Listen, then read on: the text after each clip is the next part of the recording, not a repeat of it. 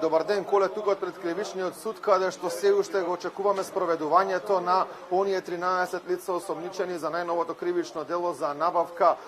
за криминална набавка на адитиви кои што биле опасни по здравјето на луѓето, според она кое што е познато до сега во јавноста. До сега официјално со соопштение излегува од Министерството за внатрешни работи, каде што велат дека извршени биле претреси на повеќе места во Скопје и низ државата, а дека во овој процес се опфатени 13 лица, меѓу кои што како што веќе спомена и ти собствениците на фирмата РКМ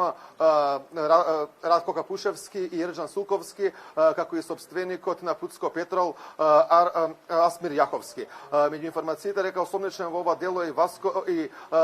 Васко Ковачевски, кој што во моментов се наоѓа во бегство од државата и не е достапен за органите. Додека едно лице веќе е во притвора, за 11 се очекуваат информации што ќе се случува со нив, дали ќе биде побаран притвор или можеби други мерки на предпазливост.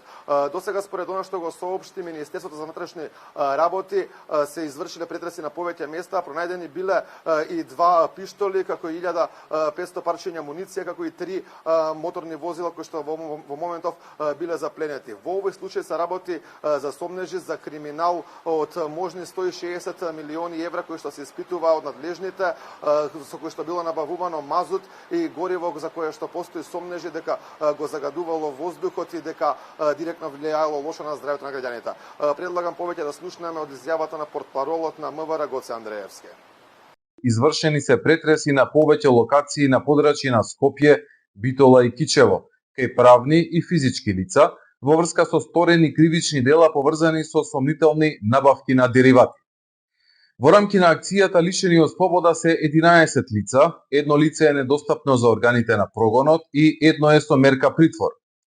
До сега од извршените претреси пронајдени и одземени се документација, 5 мобилни телефонски апарати, околу 1500 парчиња муниција од различен калибар, 2 пиштори и 3 патнички моторни возила.